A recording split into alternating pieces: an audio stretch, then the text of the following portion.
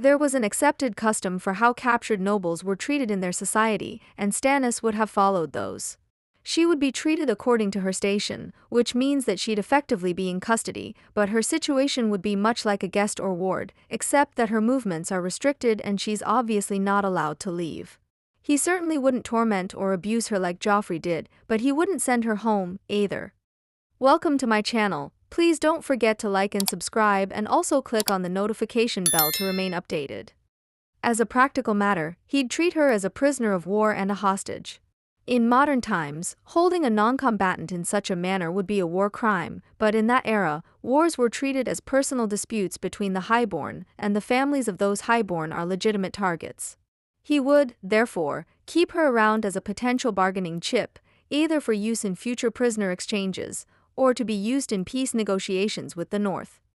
If Stannis had taken King's Landing, it likely would have meant the effective end of the war.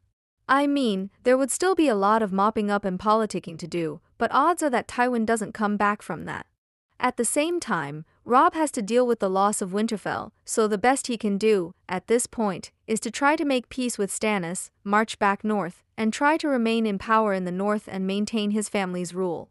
That means that he's going to negotiate with Stannis, who will absolutely offer to return Sansa in exchange for more favorable peace terms.